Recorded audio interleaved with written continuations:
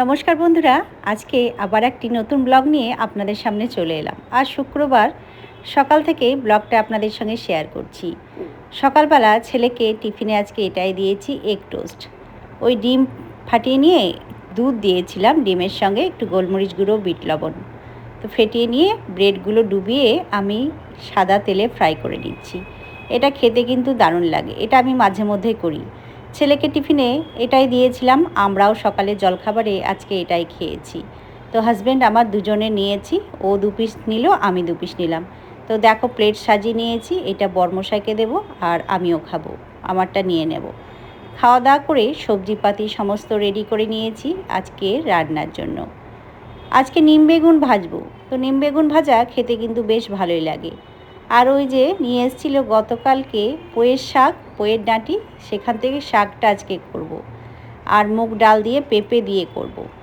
তো বর্মশাই বাজার গেছিল, বাজার থেকে নিয়ে এসছে কাতলা মাছ, একদম টাটকা কাতলা মাছ। আর এই দেখো মাথাটা ফাটিয়ে দিয়েছে, দেখছো? আমাকে বলছে, আমি বললাম ফাটিও না, তো অর্ধেকটা একটা ফাটিয়েই ফেলেছিল। ছেলে মাছের মাথা খেতে খুব ভালোবাসে, তাই ও যখন মাছ নিয়ে আসে বাজার থেকে মাথাগুলো গোটা রাখারই চেষ্টা করে। তো বলছে আমি অন্যদিকে নজর ছিল, মাথাটা ফাটিয়ে কেটে দিয়েছে।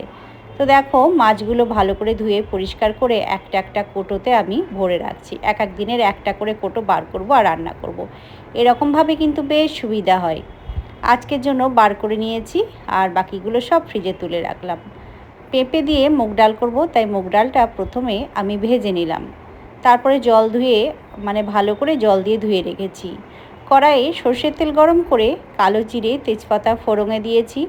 একটা কুচনো পেঁয়াজ, কাঁচা লঙ্কা 2-3টে দিয়েছি। হালকা করে ভেজে নিয়ে কেটে রাখা পেঁপেটা দিলাম। একটু ভেজে নিয়ে একটা টমেটো দিলাম। এবার এতে আদা রসুন গ্রেট করে দিলাম। কাঁচা মশলাটা একটু কষিয়ে নিয়ে স্বাদ অনুযায়ী হলুদ দিলাম, কালারের জন্য, টেস্ট অনুযায়ী। এবার 1/2 চামচ জিরে গুঁড়ো, 1/2 চামচ ধনে গুঁড়ো দিলাম। শুকনো মশলাটা কষানোর জন্য একটু জল দিলাম। ভালো করে কাঁচা মশলাগুলো কষিয়ে নিলাম। মশলাটা যখন কষানো হয়ে যাবে তখন আমি কিছুটা পরিমাণ 1 মুঠো মতো মটরশুঁটি দিলাম।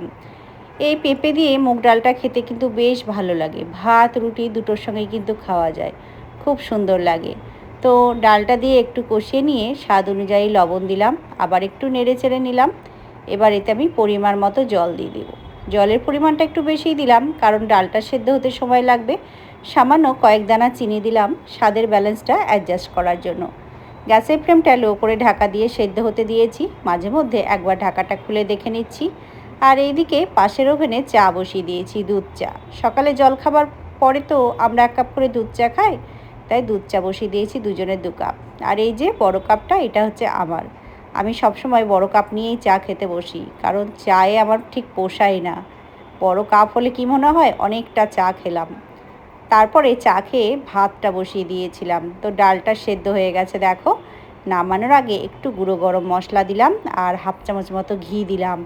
এতে টেস্টটা কিন্তু দারুণ হয় বন্ধুরা। আর এই দেখো কিছুটা ধনেপাতা কুচি দিয়ে নামিয়ে নিলাম। মুগ ডালটা এরকমভাবে করে খাবে পেঁপে দিয়ে, খেতে কিন্তু দারুণ হয়, অসাধারণ হয়েছিল বন্ধুরা। তো দেখো ডাল কিন্তু তৈরি হয়ে গেছে, রেখে দিলাম। এবার আমি নিম বেগুনটা করব। তো নিম বেগুন করার আগে নিম পাতাগুলো একটু লবণ দিয়ে ভেজে নিচ্ছি। তো দেখো নিম পাতাগুলো ভাজা হয়ে গেছে।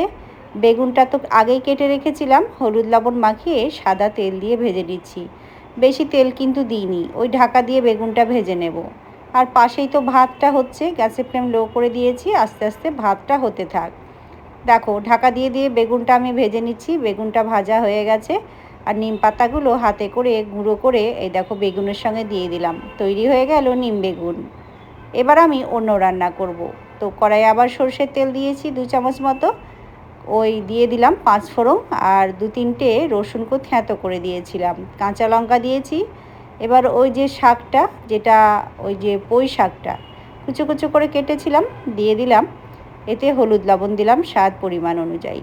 তারপরে এই দেখো সর্ষে বাটা দিচ্ছি, ওই 1 চামচ মতো সর্ষে বাটা দিলাম।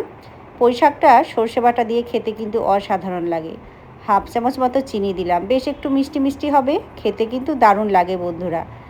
এই 1/2 চামচ মতো, 1/2 বাটি মতো একটু জল দিলাম, ঢাকা দিয়ে সেদ্ধ হতে দিলাম।